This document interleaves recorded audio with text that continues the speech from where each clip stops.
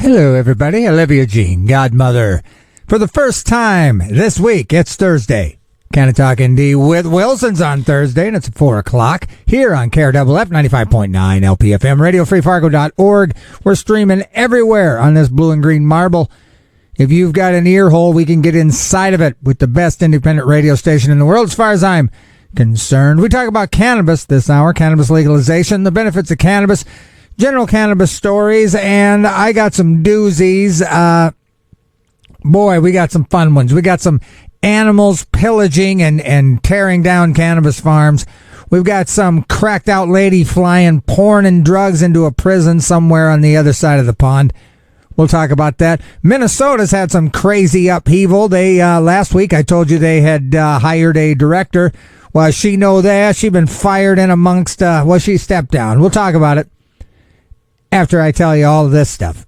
This show is brought to you by Black Cottage Alchemy. Black Cottage Alchemy on Facebook. 1,200 megs of CBD and a bunch of other fun stuff. Creates a beautiful lotion for your whole body.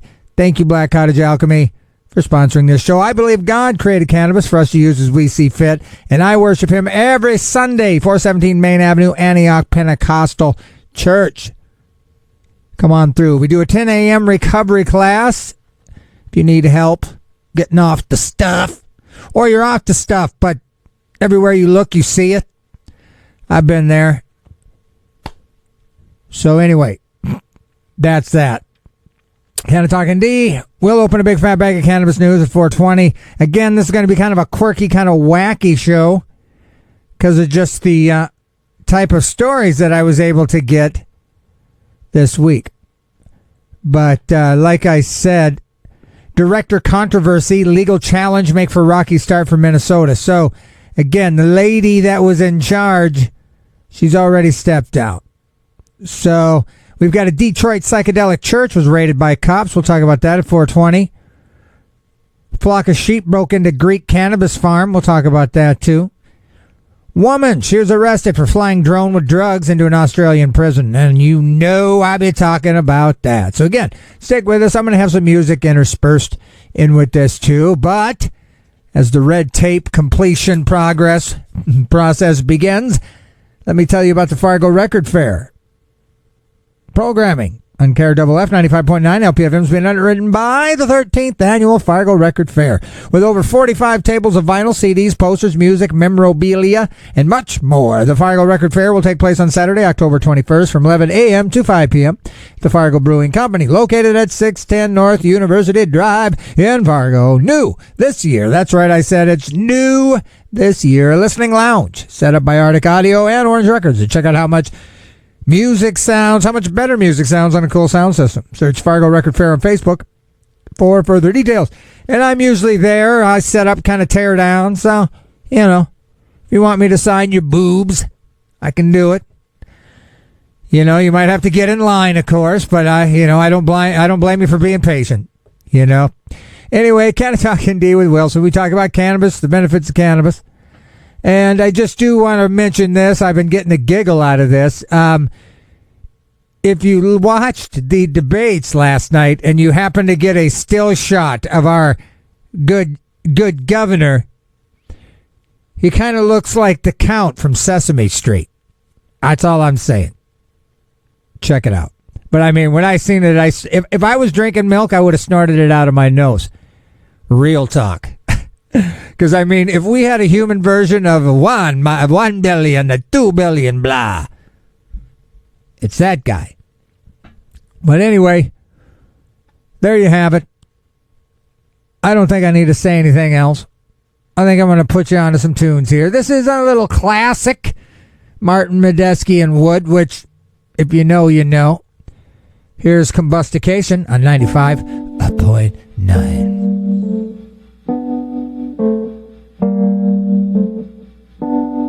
No, just like I pictured it. Medeski, Martin, and Wood, Combustication, 1998. Here on KRFF 95.9 LPFM, RadioFreeFargo.org. We're streaming everywhere on the blue and green marble we can get to you audibly, not physically, because that'd be weird, and we don't do that here. No weird here. Canna-Talk ND with Wilson. That's what's happening right now, though. It's Thursday, 4 o'clock. I get into this beautiful studio, and I say a bunch of beautiful stuff. And everybody claps with their mouth open because they're just in awe of the stuff that I say. And I get it. I'm a genius. I'm a lyrical genius, and I can't be stopped. Canna-Talk ND with Wilson. We open a big fat bag of cannabis news at 4:20. And so stick around for that. Again, we got some quirky stuff, but right now we're going to take a look at Minnesota and what's happening right now, because there's some funny and interesting things. Did you know Section 7 is what they're holding on to as the backbone for the claim? They claim in Minnesota because of the Constitution. There's a Section 7, and we'll get into it. But Section 7 in the Constitution says you can peddle agricultural goods. Basically, they claim that section in the Constitution allows them to sell homegrown cannabis as soon as they hang it up in their garage, bruh. They say, like, you could pay a utility bill with grass. You could, give it to, the adult kid mowing your yard for payment.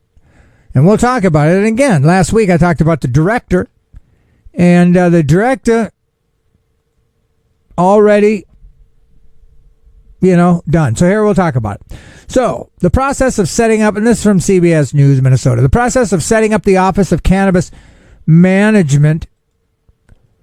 I just want to look at something. Cannabis Management in Minnesota has gotten off to a rocky start. So the agency's new director withdrew after a day over allegations her company had sold cannabis products that were not legal. So basically over the limit, I'm guessing. There's also a legal effort to declare cannabis sales legal now because of an historic clause in the state constitution. Isn't that great?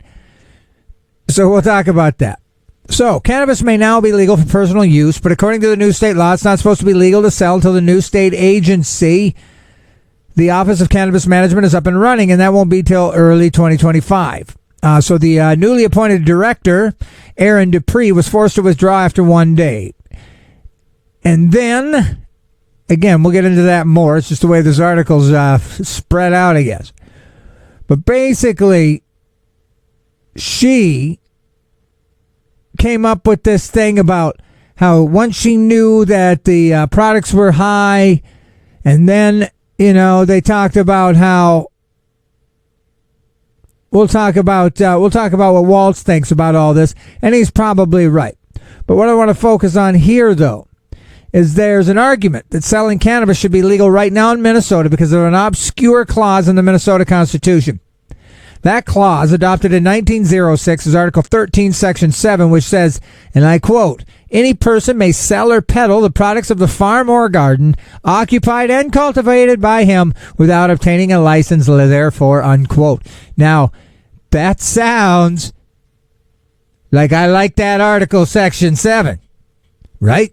The advocacy group Cannabis for Minnesota has begun the process of a legal challenge to make the sale of homegrown cannabis legal immediately because of that constitutional clause. A member of the group, Cannabis for Minnesota, was on WCCO Sunday morning at 10:30. So he says what we're going to be doing is taking this before a judge and asking the judge to give the opinion because right now Minnesotans are in peril. That seems a little dramatic, but hey, let's go with peril. People that bought seeds on August 1st, some of those seeds can be harvested in 60 days. So maybe they can pay the electric bill if it's legal. Maybe they can do the mortgage, like this Eric guy. So far, state authorities have not addressed this constitutional clause. Governor Tim Walz was asked about it at a news conference, and he indicated it was not the legislators' intent to legalize cannabis sales immediately, but to instead wait for another 18 months until the management group is up and running. The group's M for M says they will continue to push their constitutional argument in court. A final decision will be made by Minnesota Supreme Court. So let me read this again. They believe that this clause, Article 13, Section 7, claims that if you bought seeds on August 1st and you about ready to chop them suckers down and give them a new home, this clause, they say, allows you to sell or barter. Any person may sell or peddle the products of the farm or garden occupied and cultivated by him without obtaining a license therefor. So we'll see what's up with that, right? Because I don't know. I can't read too good, and I've got several mental disabilities. Some of them I make up depending on what time of day it is. but some are legit. And I seem to think my bearing of the English language would imply, in fact, that does seem like it says that I can peddle my wares that come out of my garden. And what's coming out of my garden in a little bit is Blue Dream Sour Diesel Cross. Just kidding, that ain't happening. Don't come to my door, cops. I'm here to change the law, not break the law. And I'm in North Dakota, so I know that we're talking about another state here, too.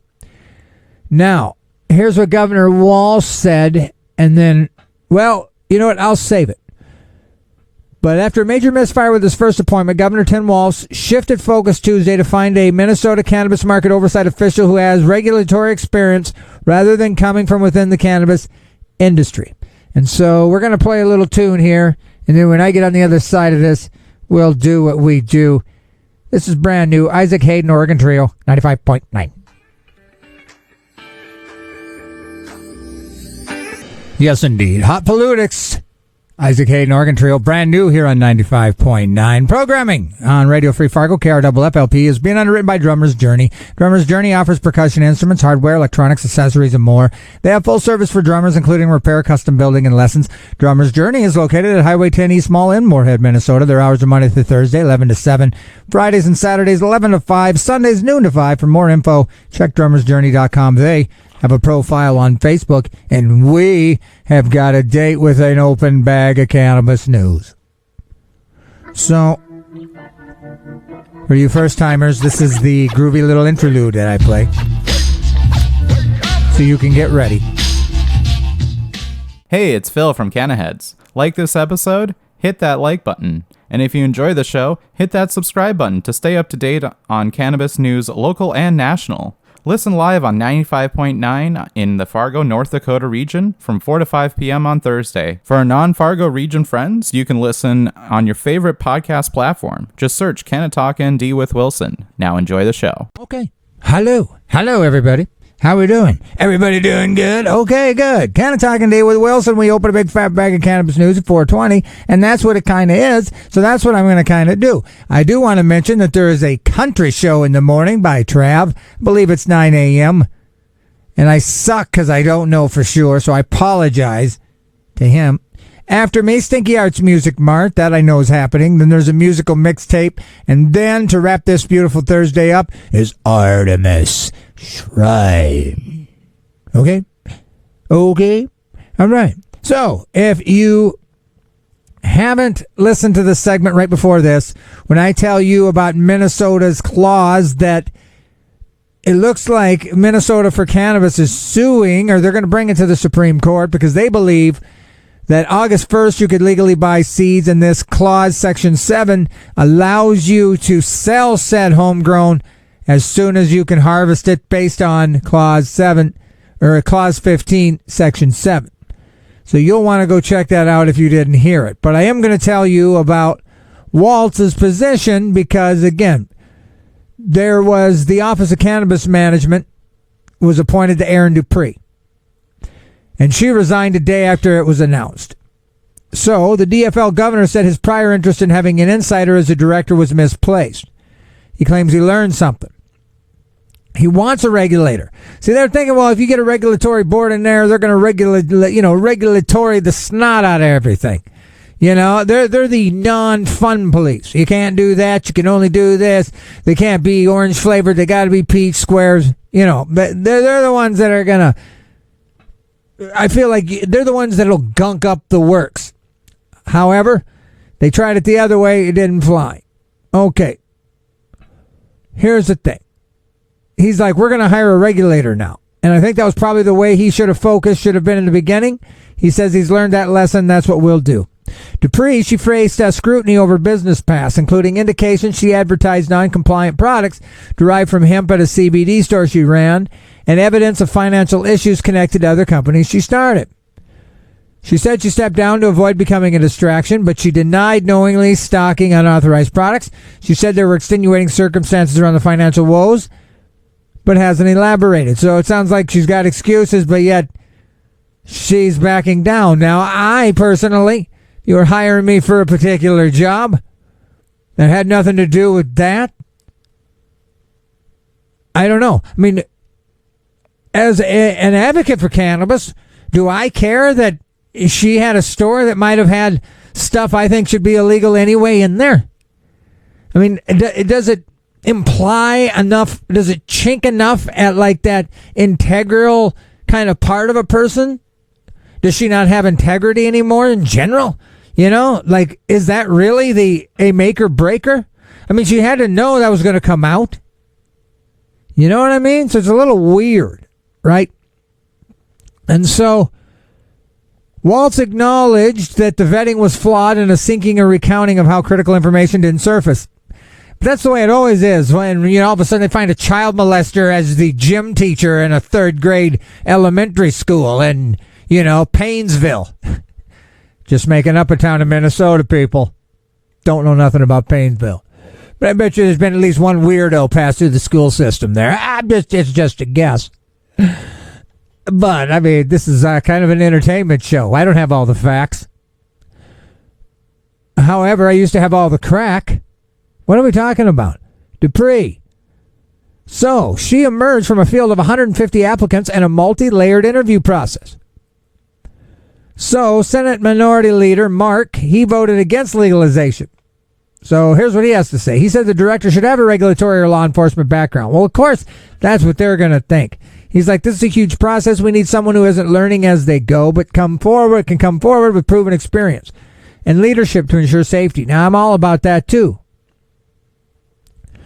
So, anyway, he says this is certainly a setback, but I think we can be pleased it was acknowledged as a setback and corrective action was taken. So, Waltz gave no timeline for making another selection. He says getting the pick right is more important than speed. And I would imagine now this whole I can sell homegrown based on the Constitution is going to probably be what they're focusing on now. Now, this is from High Times. Massachusetts Cannabis Control Commission audit results published. The audit results reveal that $10 million in possibly unsafe cannabis products were sold in Massachusetts between 2019 and 2020. So a year. So, apparently the commission allowed millions in unsafe cannabis products to be sold.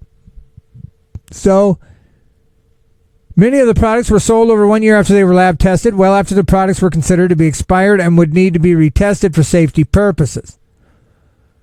So, I mean, kind of some gray areas there, you know. So the problem is, I guess, is that the CCC did not identify all products considered expired. Second, it did not ensure that the cannabis establishments and the independent testing laboratories properly reported products that tested positive for pesticides. And so, finally, the audit revealed that its employees hadn't received cybersecurity awareness training. Oh, no, not that. Let's burn the place down. I don't know. But, that's interesting to me. But now we're getting to the fun. We're getting to the fun stories here on Canna-Talk ND with Wilson. Broadcasting live from KRFF 95.9. Also known as RadioFreeFargo.org. So tell a buddy, tell a neighbor, huh? Let's all listen to me together. Talk about, this is from Ganjapreneur, Detroit. Things are always going down in the D, am I right? Psychedelic church raided by the cops. And it's funny how it says Detroit's first psychedelic church, like there's going to be more to follow, you know? Detroit's 14th psychedelic church.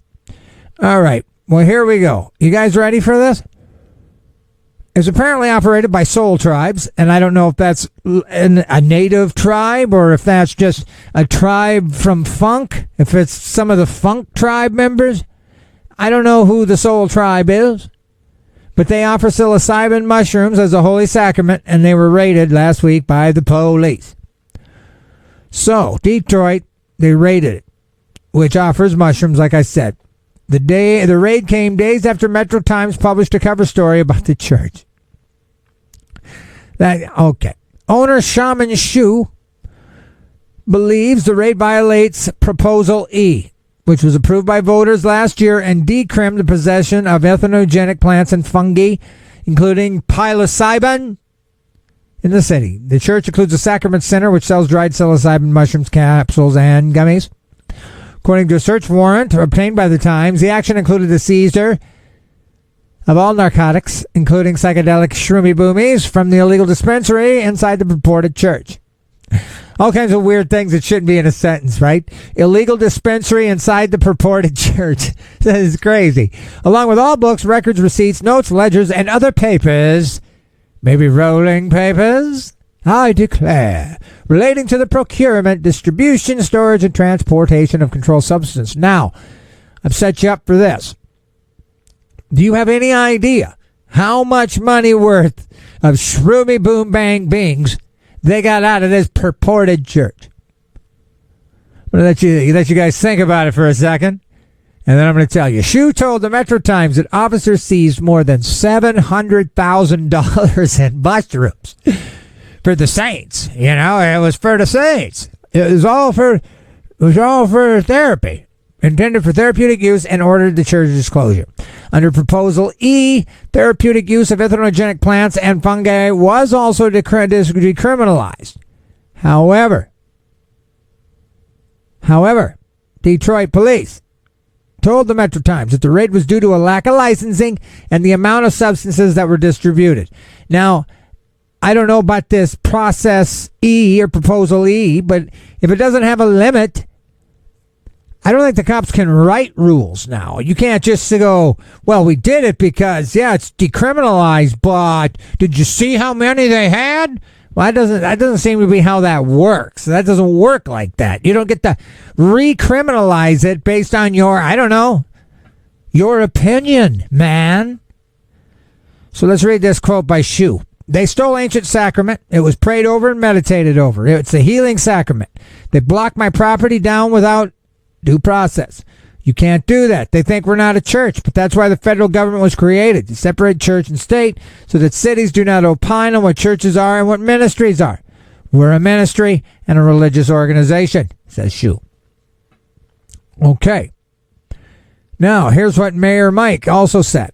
It is the law department's position that this local ordinance, despite its intent, does not override state law. Okay? See, all these weird gray areas that you're going to, everything was good probably before you had close to $1 million in mushrooms in your purported church in a dispensary, which considers psilocybin to be a controlled substance. And that is the quote, the city ordinance itself does not allow for the sale or distribution of psilocybin. And so I can't believe that this, whatever this guy's in, Fu Manchu, Shaman Shu, sounds a lot like Fu Manchu if you're an idiot like me.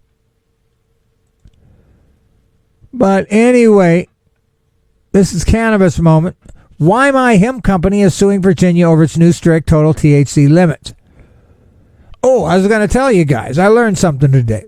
There's a Delta 6 now, too. And there's a Delta 3, which is ironically a Delta A, Delta 9A, which is basically a multiplier of 3. So it's Delta 3. So there's a Delta 3 out there. There's a Delta 6 out there. And I told you a little something about the JB and the THCP, but apparently those are stronger than Delta 9. And those are all coming out of this hemp bill.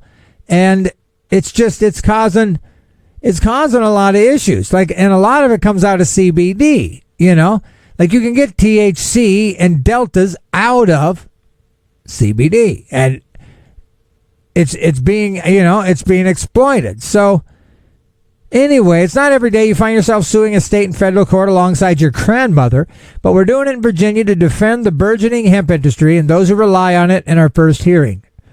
So basically, this grandma was getting a relief from things, and then.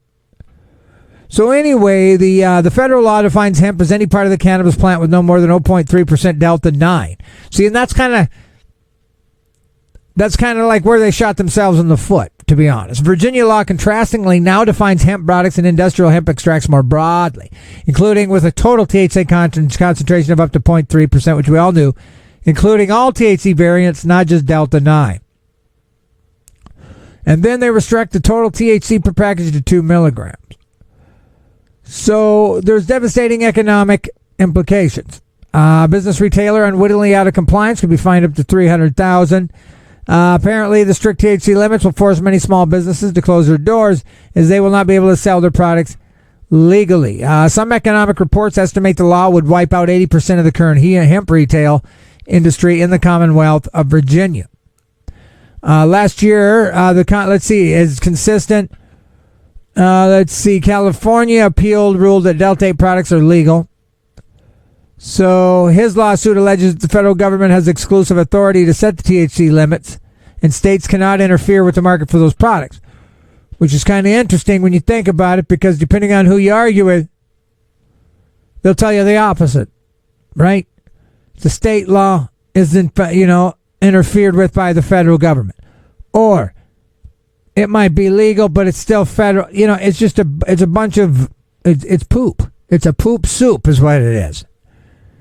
So, I don't know what that means, but let's talk about this, and then we're going to get into the crazy flock of sheep and the wacky woman story, and then we'll wrap this up. Another rabble-rousing edition of Canna-Talk ND with Wilson. That's me, and you're you, and that's the only way it's going to be, okay? So, deal with it, Linda.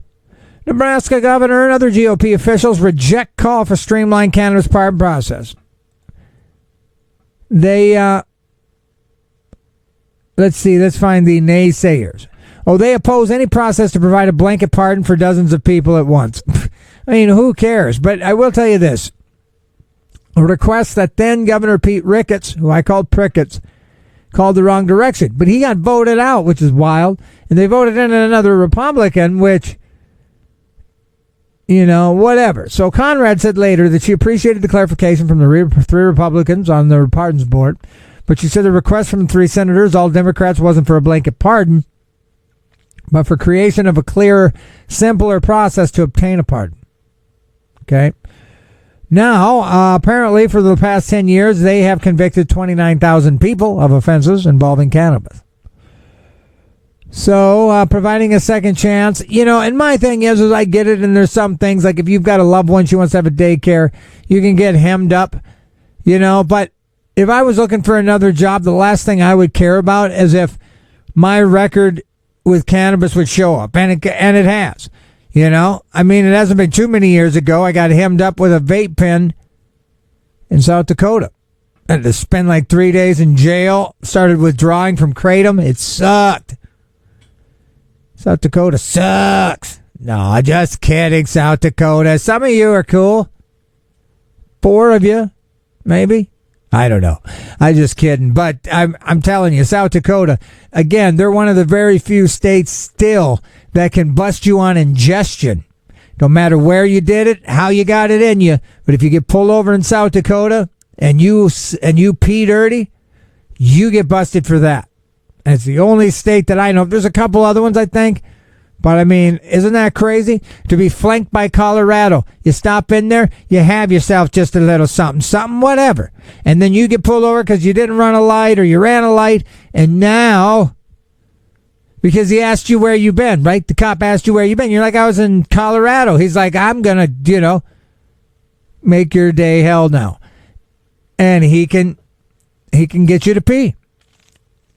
It's crazy. So anyway, I don't know what I'm talking about now, but let's keep moving. I just hope Nebraska finally gets medical because they deserve it, and the people fighting have just been fighting. A flock of sheep broke into a Greek cannabis farm and ate. All right, you guys ready? I'm going to another little guessing game for you. A flock of sheep broke into Greek cannabis farm and ate blank pounds of cannabis. And I just want to say this.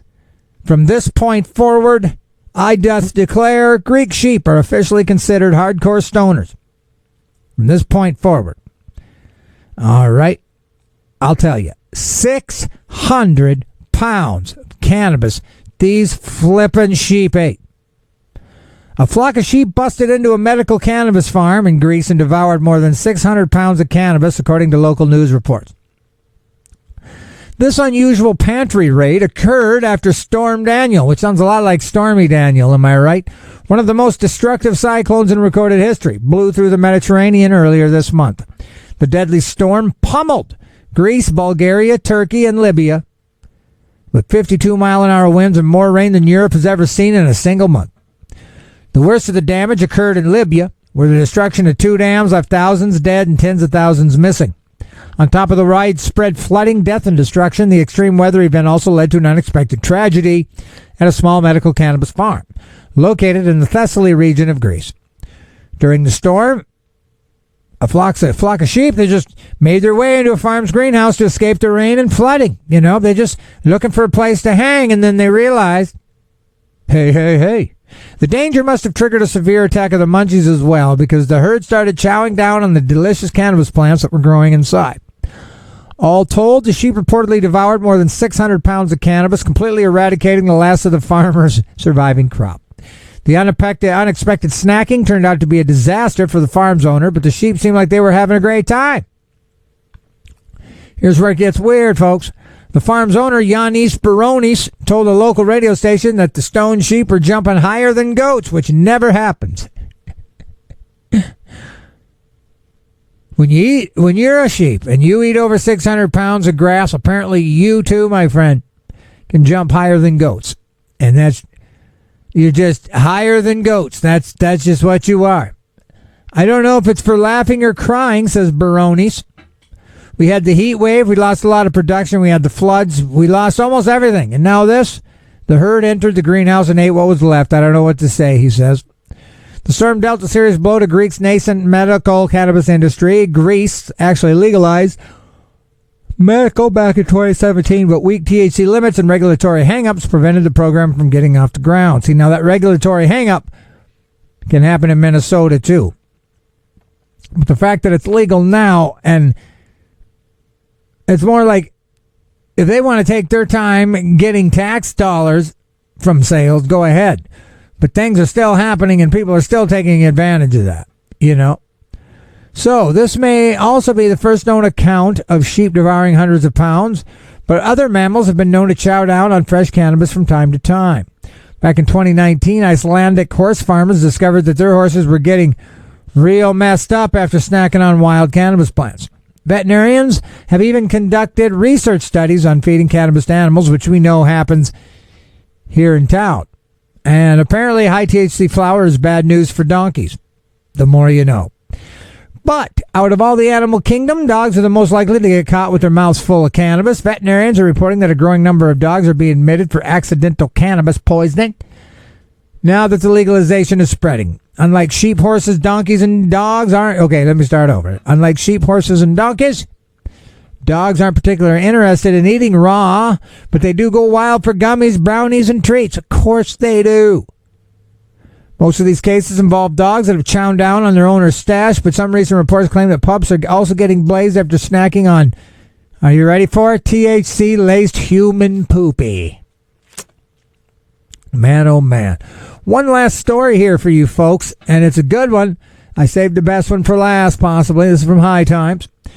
Woman arrested. This is the first time a woman has been arrested for flying drone with drugs and porn into an Australian prison.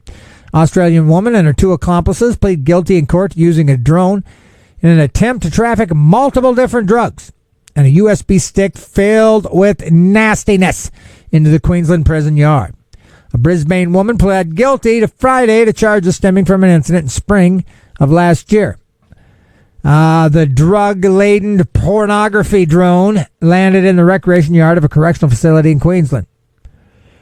So, I don't know what's buprenorphine strips. I don't know. I'll Google it when I'm done. Meth at a USB thumb drive containing pornography was found in an exercise yard. Oh. Buprenorphine, which is a drug used to treat opioid dependence. 0.94 grams of meth. That ain't very much. So, a barcode on the drone was later tied to a purchase made by this lady about a month prior. This person has since returned to prison to serve an 11-year sentence on unrelated drug trafficking and a murder. Pleads guilty. She also had 2 accomplices. They also pled guilty. The article said the 3 conspired to have her acquire the contraband, use the information about prison's layout, and release the very same day to ensure the drone safe arrival. So officers monitored calls and identified conversations between them. And so there they go. So the defense barrister for advocacy lawyer asked justice for leniency because her client struggled with substance abuse as well as childhood abuse and mental health disorders. He's working on his drug addictions. He's turned the corner. He's already serving an 11-year prison sentence. Oh, they said the value of the drugs contraband ranges as high as $119,000. Oh, given the extremely high prices drugs are able to command in prison, because otherwise, there ain't no way. But anyway, everybody, you have just listened to me tell you about cannabis and general news regarding such. I hope you enjoyed it. It's a beautiful day outside, so I hope you're outside enjoying it. If you live in the Fargo-Moorhead area, you might not be, and it might not be nice. But I hope it's at least nice in your mind. Programming on KRFF, LPFM, Radio Free Fargo, 95.9 FM has been underwritten by Flatline Guitar in Lutherie. Flatline Guitars, your full-service guitar shop and your exclusive dealer for Yamaha, Taylor, Paul Reed Smith guitars, and other brands. They sell guitars on consignment. They take trade-ins and have a full-service on-site repair center. Check out Flatline Guitar in Lutherie on Facebook or visit them in person at 1450 25th Street South in Fargo. Their hours are Monday through Friday, 10 to 6, Saturdays, 10 to 5, and closed on the Lord's Day. Now, it's my pleasure to bring you a little toony tune before I tuck you guys in and I get out of here. This is brand new. This is Keb Mo, Taking Me Higher, 95.9. Keb Mo for you, Taking Me Higher. That's brand new this year. Canna-Talk ND with Wilson is wrapping up as we speak. The seconds are just winding down. Next Thursday, of course, I'll be up in here, all up in your business, canna business. I bring the cannabis to Canna-Talk ND with me. Again, I'll be in here next Thursday. Thursday, I open a big fat bag of cannabis news at 4:20.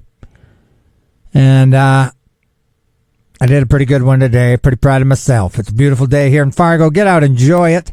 This show is brought to you by Black Cottage Alchemy. Black Cottage Alchemy on Facebook.